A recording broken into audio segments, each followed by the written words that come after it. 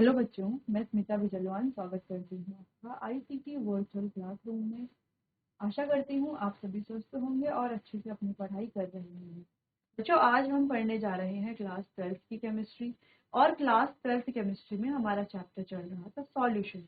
इसी चैप्टर को आगे हम आज कंटिन्यू करेंगे और एक बार रिवाइज कर लेंगे जो भी टॉपिक्स हमने अपने लास्ट लेक्चर में पढ़े थे। ठीक है, चलिए। तो सॉल्यूशन चैप्टर में इंट्रोडक्शन देख लिया था, टाइप्स ऑफ सॉल्यूशन देख लिया था। हम बात कर रहे थे सॉल्युबिलिटी की। तो सॉल्युबिलिटी क्या होती है ये हमने देख लिया था, यानी कि कितना मैक्सिमम अमाउंट डिसॉल्व किया जा सकता है गिवन अमाउंट ऑफ सॉल्वेंट में एक स्पेसिफिक टेम्परेचर में, वही क्या होती है सॉल्युबिलिटी। अब बहुत सारे फैक्टर हैं जो सॉल्युबिलिटी को अफेक्ट करते हैं, जैसे नेचर ऑफ सॉल्यूट है, इसके अलावा नेचर ऑफ सॉल्वेंट है, टेम्परेचर है, प्रेशर है। ठीक है, ये सभी क्या करते हैं, अफेक्ट करते हैं सॉल्युबिलिटी को। तो solid in a liquid solution की सॉल्युबिलिटी के बारे में हमने बात की थी। तो सॉल्वेंट के और सॉल्यूट के नेचर पर डिपेंड करता है। अगर देखो सॉल्यूट और सॉल्वेंट सेम होंगे तो उनके बीच का जो इंटरमॉलिक्यूलर फोर्स ऑफ इंटरएक्शन होगा वो भी सेम होगा। तो ये क्या करेगा, सॉल्युबिलिटी में हेल्प करेगा। ठीक है, अगला, अगर पोलर सॉल्यूट डिसॉल्व हो जाए पोलर सॉल्वेंट में, जैसे शुगर डिसॉल्व हो जाए वाटर में, या सॉल्ट डिसॉल्व हो रहा है वाटर में, या नॉन पोलर सॉल्यूट डिसॉल्व हो रहा है नॉन पोलर सॉल्वेंट में, जैसे कि नैप्थलीन और एंथ्रासीन डिसॉल्व हो रही है बेंजीन में, वाटर में नहीं। ठीक है, तो ये कुछ एग्जांपल भी थे। फिर हमने बात की थी कि सैचुरेटेड और अनसैचुरेटेड सॉल्यूशन क्या होते हैं। देखो, सैचुरेटेड सॉल्यूशन जिसमें अब हम और ज्यादा सॉल्यूट डिसॉल्व नहीं कर सकते। अगर हमने और ज्यादा सॉल्यूट डाल दिए तो ये क्या हो जाएंगे, प्रेसिपिटेट बनाएंगे। वहीं अगर हम अनसैचुरेटेड सॉल्यूशन की बात करते हैं तो अनसैचुरेटेड सॉल्यूशन ऐसे सॉल्यूशन कि जिसमें अभी हम और भी सॉल्यूट की क्वांटिटी को डिसॉल्व कर सकते हैं और वो क्या होगा, डिसॉल्व भी होगा। डिसॉल्व होने पर क्या करेगा, ये कंसेंट्रेशन को बढ़ा देगा सॉल्यूशन की। ठीक है, तो समझ में आया सैचुरेटेड और अनसैचुरेटेड सॉल्यूशन क्या होते हैं, क्या दोनों में डिफरेंस है। अच्छा, फिर हमने टेम्परेचर के इफेक्ट के बारे में बात की थी। टेम्परेचर अगर हम बढ़ाते हैं तो ये रिएक्शन को फॉरवर्ड डायरेक्शन में बढ़ाता है। ठीक है, और सॉल्युबिलिटी को भी क्या करता है, इंक्रीज करता है। अगर हीट रिलीज होती है तो इस प्रोसेस को क्या बोलेंगे हम, exothermic. By increasing the temperature, reaction will proceed in backward direction, solubility solute decreases। यानी कि अगर टेम्परेचर इंक्रीज कर रहे हैं तो रिएक्शन बैकवर्ड में प्रोसीड अगर कर रही है तो इसका मतलब है सॉल्युबिलिटी क्या होगी, डिक्रीज होगी। देखो, फॉरवर्ड में कर रहा है, अगर जो प्रोसेस है वो फॉरवर्ड डायरेक्शन में जा रही है तो सॉल्युबिलिटी क्या होगी, इंक्रीज होगी। और अगर वो बैकवर्ड आ रही है तो सॉल्युबिलिटी क्या हो रही है, डिक्रीज हो रही है। बाकी सॉलिड इन लिक्विड में प्रेशर का कोई सिग्निफिकेंट इफेक्ट नहीं होता। लेकिन अगर हम गैस इन लिक्विड की बात करते हैं तो सॉल्यूट और सॉल्वेंट के नेचर पर तो डिपेंड करता ही है। ठीक है, जैसे ऑक्सीजन जो है वो डिसॉल्व हो जाती है वाटर में। ठीक है, लेकिन HCl भी डिसॉल्व होती है, लेकिन ऑक्सीजन बहुत ज्यादा डिसॉल्व नहीं होती। हाउएवर ऑक्सीजन का इम्पैक्ट ज्यादा होता है, क्यों, क्योंकि पूरी एक्वेटिक लाइफ उस पर ही डिपेंड करती है कि कितनी ऑक्सीजन वाटर में घुली हुई है। ठीक है, और HCl जो है वो हाईली सॉल्युबल होती है उसके पोलर नेचर की वजह से। तो बिल्कुल हाँ, गैस इन लिक्विड में भी सॉल्यूट और सॉल्वेंट के नेचर पर ये डिपेंड करता है। अगर हम प्रेशर के इफेक्ट की बात करें तो टेम्परेचर और प्रेशर पर सॉल्युबिलिटी जो है गैस इन लिक्विड में ज्यादा डिपेंड करती है। तो अगर pressure of the gas above the surface of the liquid increases, अगर प्रेशर इंक्रीज होता है तो ये गैस की सॉल्युबिलिटी को भी क्या कर लेता है, लिक्विड में इंक्रीज कर देता है। तो जैसे हमने देखा है कि जैसे CO2 गैस है उसको क्या किया जाता है, सोडा वाटर में क्या किया जाता है, डाला जाता है। कैसे डाला जाएगा, हाई प्रेशर पर। ठीक है, तो ये क्या कर रहा है, अगर हम प्रेशर बढ़ा रहे हैं तो ये क्या कर रहा है, सॉल्युबिलिटी को इंक्रीज कर रहा है। ठीक, टेम्परेचर का भी इफेक्ट होता है। This solution of gas in a liquid is an exothermic process. ये कैसी प्रोसेस है, एक एक्सोथर्मिक प्रोसेस है। तो जैसे हम टेम्परेचर बढ़ाते हैं तो सॉल्युबिलिटी क्या हो जाती है, कम हो जाती है, लेकिन हम प्रेशर बढ़ाते हैं तो सॉल्युबिलिटी बढ़ जाती है।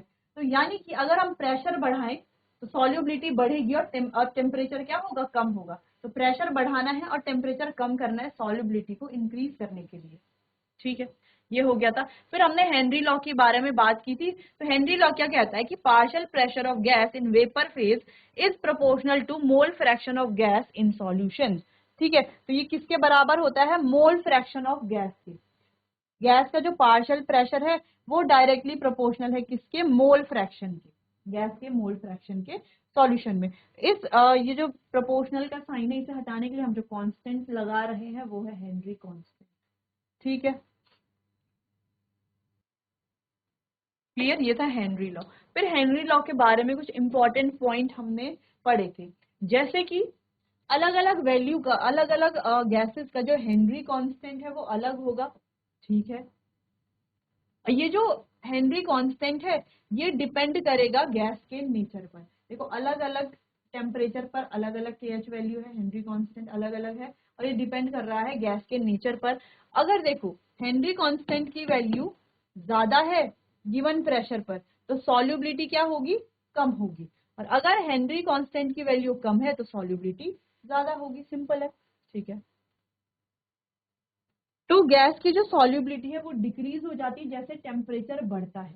ठीक है, और इंक्रीज होगी अगर टेम्परेचर कम होता है और प्रेशर ज्यादा होता है। तो प्रेशर के बढ़ने पर सॉल्युबिलिटी बढ़ती है और टेम्परेचर के बढ़ने पर सॉल्युबिलिटी कम होती है। ठीक है, चलिए बाकी हमने पर भी देख लिया, यानी कि जो हेनरी कांस्टेंट है सेम टेम्परेचर पर, अगर नेचर ऑफ गैस पर ये डिपेंड करता है। ठीक है, ठीक, अगला है हेनरी लॉ की एप्लीकेशन के बारे में हमने बात की थी कि कैसे CO2 जो है सॉफ्ट ड्रिंक्स में डाली जाती है, सोडा और वाटर बॉटल्स में डाली जाती है, इन्हें हाई प्रेशर पर सील किया जाता है।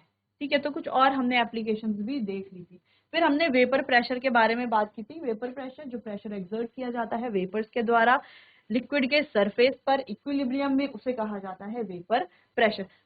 साथ साथ हमने इवेपोरेशन और जो फैक्टर अफेक्ट करते हैं इवेपोरेशन को उसके बारे में बात की थी। ठीक है, और देख लिए थे क्या क्या प्रॉपर्टीज हैं वेपर प्रेशर की। ये लिक्विड के नेचर पर डिपेंड करता है, लिक्विड जैसा होगा, मान लो लिक्विड में ज्यादा स्ट्रॉन्ग बॉन्डिंग है तो उसके वेपर ज्यादा नहीं बनेगा, यानी कि वेपर प्रेशर कम होगा। जहां पर बॉन्डिंग ज्यादा स्ट्रॉन्ग नहीं होगी, वीक बॉन्डिंग होगी, वहां पर वेपर प्रेशर ज्यादा होगा। ठीक है, ज्यादा वेपर बनेंगे तो वेपर प्रेशर भी ज्यादा। टेम्परेचर और वेपर प्रेशर डायरेक्टली प्रोपोर्शनल है। टेम्परेचर अगर बढ़ेगा तो वेपर प्रेशर भी बढ़ेगा, टेम्परेचर कम होगा तो वेपर प्रेशर भी कम होगा।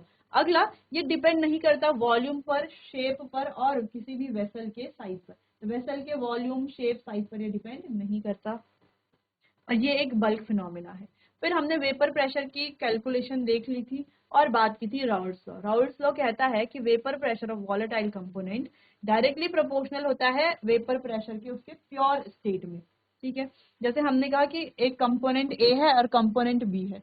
कंपोनेंट ए का वेपर प्रेशर होगा PA और कंपोनेंट बी का होगा PB, लेकिन कंपोनेंट ए का प्योर वेपर प्रेशर होगा P0A और कंपोनेंट बी का प्योर वेपर प्रेशर होगा P0B। इसीलिए PA डायरेक्टली प्रोपोर्शनल है P0A के, यानी कि vapour pressure of A directly proportional है प्योर वेपर प्रेशर ऑफ ए के। ठीक है, चलिए यहाँ पर हमने मोल फ्रैक्शन के बारे में बात की थी और कैसे मोल फ्रैक्शन कैलकुलेट की जाएगी इसको भी देख लिया था। कुछ न्यूमेरिकल्स हमने यहाँ पर सॉल्व किए थे।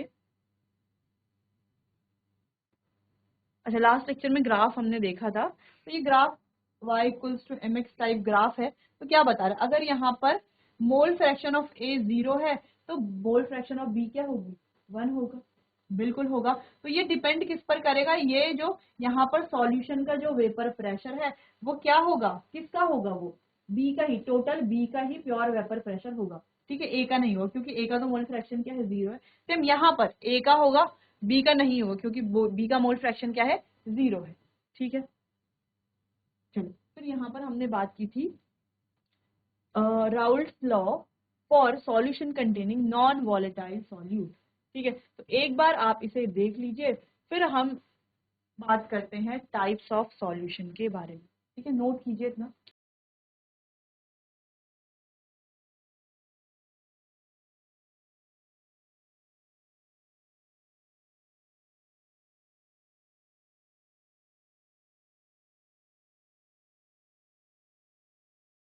चलिए अब आगे बढ़ते हैं और बात करते हैं लिक्विड लिक्विड सॉल्यूशन के बारे में।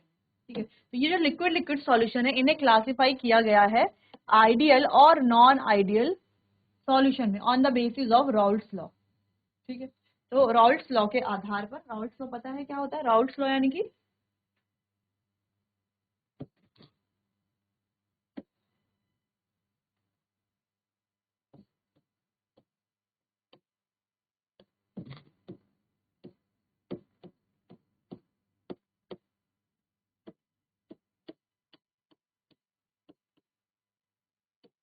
राउल्ट्स लॉ जो कि अभी हमने डिस्कस भी किया था। ठीक है, तो क्या ये राउल्ट्स लॉ है? राउल्ट्स लॉ क्या है? P A is directly proportional to P naught A, यानी कि पार्शियल या हम कहें vapour pressure of A is directly proportional to pure vapour pressure of A, और vapour pressure of B is directly proportional to pure vapour pressure of B.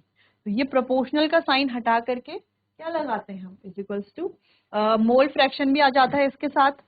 ठीक है, और फिर ये बन जाता है कुछ ऐसा। अगर हम टोटल वेपर प्रेशर की बात करते हैं तो ये क्या होता है? ए और बी, क्योंकि एक जो सॉल्यूशन बनेगा वो दो कंपोनेंट से मिलकर के बनेगा, क्योंकि हम यहाँ पर केवल बाइनरी सॉल्यूशन के बारे में बात कर रहे हैं। बाइनरी सॉल्यूशन तो दो कंपोनेंट से बनता है, तो ए और बी दोनों कंपोनेंट से बनेगा। तो ये हम क्या करते हैं, लास्ट में राउल्ट्स लॉ यही लिखते हैं। ठीक है, चलो अच्छा अब बात करते हैं, दो तरह के सॉल्यूशन हमारे पास हैं, एक है आइडियल सॉल्यूशन और एक है नॉन आइडियल सॉल्यूशन। तो आइडियल सॉल्यूशन को समझते हैं पहले। अब आइडियल सॉल्यूशन क्या होगा? देखो आइडियल सॉल्यूशन, अच्छा हम क्लास में कहते हैं ना कुछ स्टूडेंट आइडियल स्टूडेंट हैं, कुछ स्टूडेंट नॉन आइडियल स्टूडेंट है। आइडियल स्टूडेंट यानी कि जो टीचर की हर बात को मानते हैं, अच्छे से पढ़ाई करते हैं। ठीक है, और नॉन आइडियल स्टूडेंट्स जो टीचर की कोई बात को नहीं मानते, ठीक है, अच्छे से पढ़ाई नहीं करते। ठीक है, ऐसा हम समझने के लिए कह सकते हैं।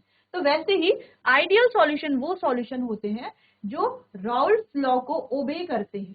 ठीक है, यानी कि राउल्ट्स लॉ को फॉलो करते हैं। तो जो राउल्ट्स लॉ को फॉलो करेंगे वो क्या होंगे? हमारे आइडियल सॉल्यूशन होंगे। जो राउल्ट्स लॉ को फॉलो नहीं करेंगे वो होंगे नॉन आइडियल सॉल्यूशन। ठीक है, चलो द सॉल्यूशन विच ओबे राउल्ट्स लॉ, यानी कि जो राउल्ट्स लॉ को फॉलो करते हैं या ओबे करते हैं उन्हें कहा जाएगा। ठीक है, तो जो राउल्ट्स लॉ को ओबे करते हैं over the entire range of concentration are known as ideal solution. तो उन्हें ही क्या कहा जाता है? आइडियल सॉल्यूशन कहा जाता है, जो राउल्ट्स लॉ को ओबे करेंगे। ठीक है, in case of ideal solution the intermolecular force between solute solute, solvent solvent and solute solvent are nearly same। यानी कि जो इंटरमॉलिकुलर फोर्स है सॉल्यूट सॉल्यूट के बीच की, सॉल्वेंट सॉल्वेंट के बीच की, वो सॉल्यूट सॉल्वेंट यानी कि वो सॉल्यूशन के बराबर होगा। ठीक है, तभी वो क्या होगा? एक आइडियल सॉल्यूशन होगा। अगर वो बराबर नहीं है तो वो क्या होगा? एक नॉन आइडियल सॉल्यूशन होगा। ठीक है, यहाँ पर डेल्टा एच मिक्स और चेंज इन वॉल्यूम भी क्या होगा? जीरो होगा। यानी कि अगर हमने कहा V1 प्लस V2 है, यानी कि A V1 है और B V2 है, तो जो हमारे पास जो पूरा सॉल्यूशन होगा वो AB होगा, है ना? V1 प्लस V2 ही होगा। चेंज कंसेंट्रेशन में चेंज थोड़ी ना आएगा, तो यहाँ पर कंसेंट्रेशन में कोई चेंज नहीं आता। ठीक है, चलिए अगर हम एग्जाम्पल की बात करते हैं तो n hexane, n heptane, benzene, toluene, bromoethane और क्लोरोइथेन।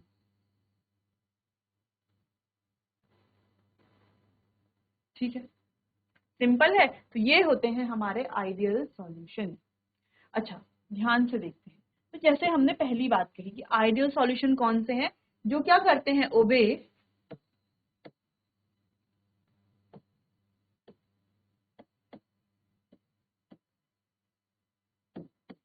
Raoult's law. जो राउल्ट्स लॉ को क्या करते हैं? ओबे करते हैं। पहला पॉइंट तो ये है।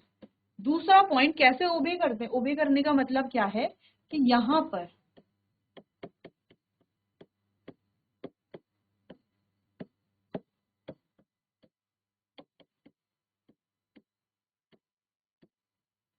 ये, ठीक है, अगला पॉइंट है यहाँ पर जो डेल्टा एच मिक्स है वो क्या है? जीरो के बराबर है, और वी मिक्स ठीक है, डेल्टा वी में वॉल्यूम में चेंज वो भी क्या है, 0 के बराबर है, क्योंकि देखो V1 प्लस V2 किसके बराबर होगा, टोटल वॉल्यूम किसके बराबर होगा, V1 V2 के बराबर ही तो होगा, है ना। मतलब हमने कोई सॉल्यूशन, क्या सॉल्यूशन लिया, मान लो हमने 100 ml A लिया और 20 ml B लिया, तो टोटल कितना बनेगा, 100 प्लस 20, ऐसी तो बनेगा, वॉल्यूम में चेंज यहाँ पर नहीं आएगा। ठीक है, चल इतना समझ में आ रहा है, वॉल्यूम में चेंज नहीं आएगा। नेक्स्ट पॉइंट ये है कि जैसे हमारा जो सॉल्यूशन है वो कैसे बनेगा, कंपोनेंट ए, यहां पर कर लेते हैं इसको, नेक्स्ट है component A plus component B is equals to A plus B. ये जो रिएक्शन हो रही है क्या देगा, ये ए प्लस बी, सही होगा। या हम कह रहे हैं कंपोनेंट ए के बीच में जो इंटरेक्शन हो रही है उसे हम कह रहे हैं ए इंटरेक्शन। ए क्या है हमारा, सॉल्यूट है, और बी क्या है, सॉल्वेंट है। ए क्या है हमारा, ये हमारा सॉल्यूट है, यहाँ पर क्या हो रही है, सॉल्यूट और सॉल्यूट के बीच की इंटरेक्शन। वैसे ही ये क्या है हमारा, बी, तो बी भी इंटरेक्शन, यानी कि solvent solvent, solvent solvent interaction किसके बराबर है, ए बी के बराबर है। किसके बराबर है ये बराबर है ए बी इंटरेक्शन के, यानी कि सॉल्यूट सॉल्वेंट इंटरेक्शन के बराबर है। ठीक है, ऐसा नहीं है कि सॉल्यूट और सॉल्वेंट की जो इंटरेक्शन है वो इससे ज्यादा हो गई या इससे कम हो गई तो क्या होगा, सॉल्यूशन नॉन आइडियल सॉल्यूशन होगा। ठीक है, लेकिन अगर ये बराबर हैं सबके सब तो सॉल्यूशन कैसा है हमारा, आइडियल सॉल्यूशन है। तो ये कुछ पॉइंट हैं जो आइडियल सॉल्यूशन के हैं। ठीक है, इतना आपको ध्यान रखना है। क्लियर है, इतना समझ में आया कि राउल्ट्स लॉ क्या है वो तो पता ही है। ये आइडियल सॉल्यूशन क्यों है, क्योंकि राउल्ट्स लॉ को ओबे करते हैं, यानी कि फॉलो करते हैं। यानी कि हम ये कह सकते हैं कि यहाँ पर ये जो टोटल प्रेशर है सॉल्यूशन का वो बराबर है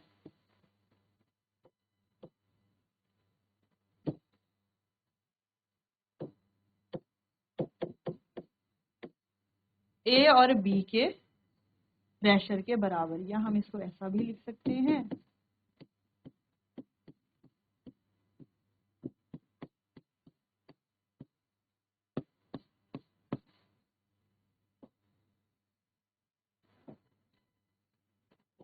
क्लियर है इतना। चलिए, तो इसे आप नोट कर लीजिए। वैसे अगर आपने ये वाला नोट कर लिया तो एक ही बात है, यहाँ पर एग्जांपल्स भी एनहेप्टेन, हेक्सेन, ठीक है, बेंजीन, टॉलिन, ब्रोमीन, सॉरी ब्रोमोइथेन और क्लोरोइथेन। ठीक है, तो ऐसा भी आप नोट कर लीजिए।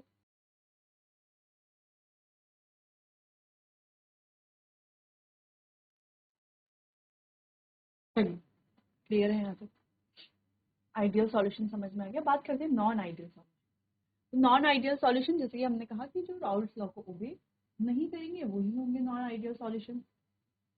तो which does not obey Raoult's law over the entire range of concentration are known as non-ideal solution। तो इन्हें क्या कहा जाता है, non-ideal solution कहा जाता है।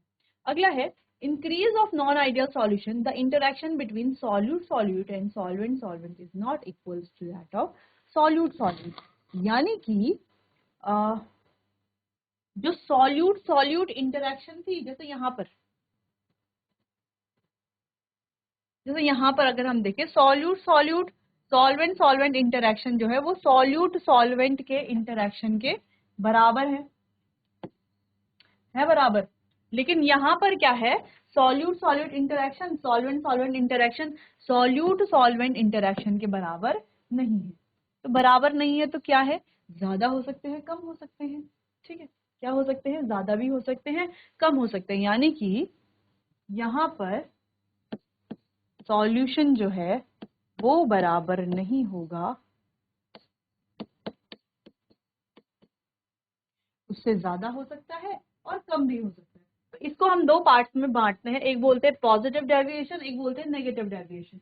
अगर ज्यादा होगा तो पॉजिटिव डेविएशन, अगर ये जो प्रेशर है वो कम होगा, इनसे दोनों जो कंपोनेंट है उनसे कम होगा तो होगा नेगेटिव डेविएशन। ठीक है, अच्छा नेक्स्ट है यहाँ पर चेंज इन एंथैल्पी यानी कि डेल्टा एच मिक्स और डेल्टा वी मिक्स यानी कि चेंज इन वॉल्यूम भी क्या है, 0 के बराबर नहीं है। ठीक है, क्योंकि यहाँ पर क्या होगी, एंथैल्पी और वॉल्यूम दोनों में क्या आएगा, चेंज आएगा। In such solution the vapour pressure is either higher और lower than the predicted by Raoult's law. वही हमने कहा कि या तो देखो बराबर नहीं है तो इसका मतलब या तो हायर होगा या तो लोअर होगा राउल्ट्स लॉ से, राउल्ट्स लॉ से ज्यादा होगा या कम होगा।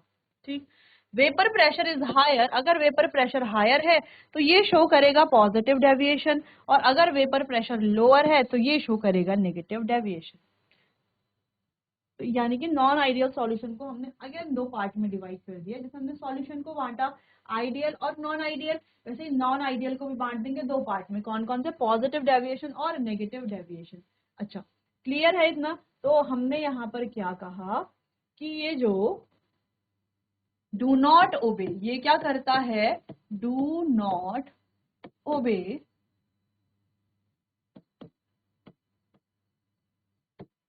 राउल्ट्स लॉ, राउल्ट्स लॉ को ये ओबे नहीं करता है, यानी कि यहाँ पर ये जो है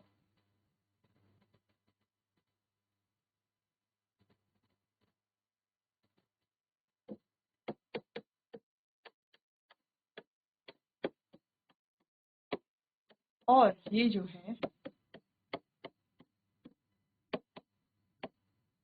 ये बराबर नहीं, बराबर होते तो राउल्ट्स लॉ को ओबे करते। ठीक है, नेक्स्ट यहाँ पर जो कंपोनेंट है, ठीक है, A plus B gives A B, ऐसा यहाँ पर नहीं होगा। ठीक है, तो यहाँ पर ये जो सॉल्यूट सॉल्यूट यानी कि ए की जो इंटरैक्शन है और बी की जो इंटरैक्शन है वो बराबर नहीं है ए बी की इंटरैक्शन की। ठीक है, ए बी की इंटरैक्शन के बराबर नहीं है। तो यहाँ पर क्या हो सकता है, यहाँ पर बन सकते हैं दो केसेस। ये दो केसेस कौन कौन से, या तो ये ज्यादा हो सकता है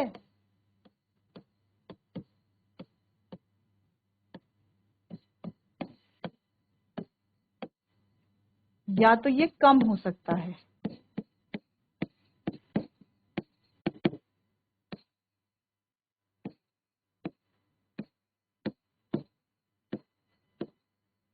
क्या हो सकता है, या तो ये ज्यादा हो सकता है या तो ये कम हो सकता है।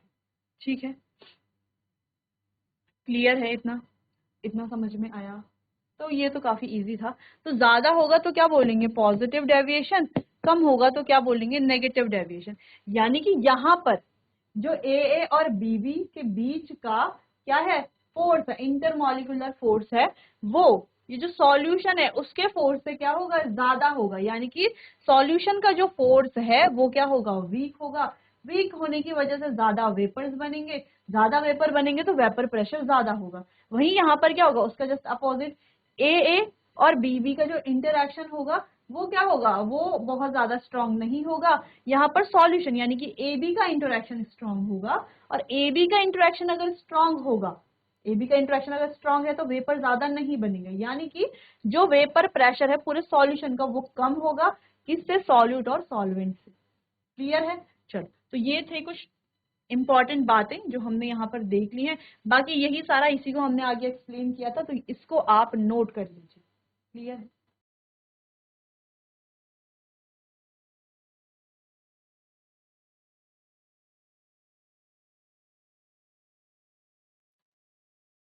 चलिए आगे बात करते हैं। अगला है हमारे पास जो दोनों डेविएशन के बारे में हमने बात की, positive deviation and negative deviation. ठीक है, उसको देखते हैं। तो पॉजिटिव डेविएशन, अच्छा दोनों ही नॉन आइडियल है ये हमें पता है।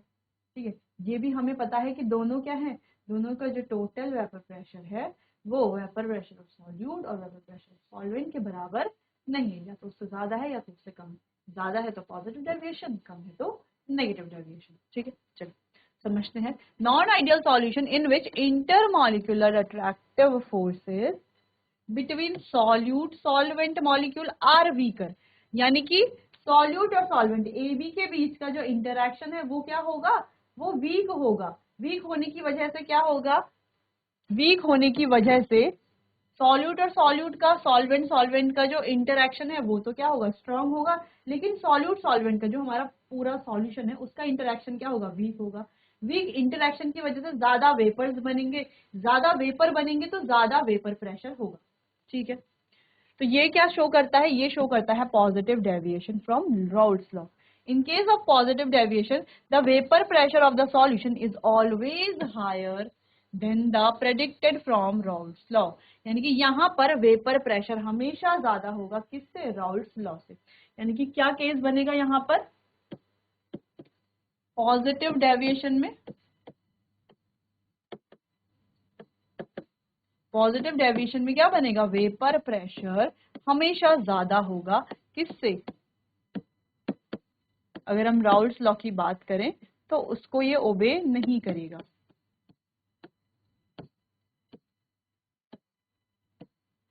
ठीक है, क्लियर हो गया, इतना इतना समझ में आया। तो कुछ एग्जांपल्स की बात करते हैं, जैसे इथेनॉल और एसीटोन का मिक्सचर, CH2 और एसीटोन का मिक्सचर।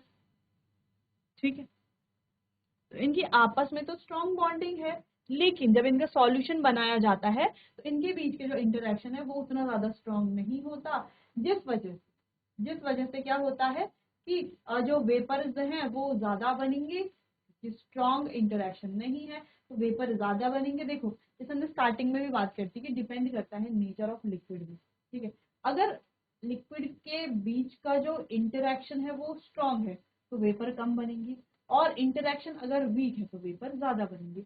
फायदा किसमें, जिसमें वेपर ज्यादा बन रही है, वेपर ज्यादा बनेगी तो वेपर प्रेशर भी ज्यादा होगा। फायदा यानी कि समझने वाली बात यह है कि वेपर अगर ज्यादा बनेगी तो वेपर प्रेशर भी ज्यादा होगा। ठीक है, चलो नेगेटिव डेविएशन की बात करते हैं।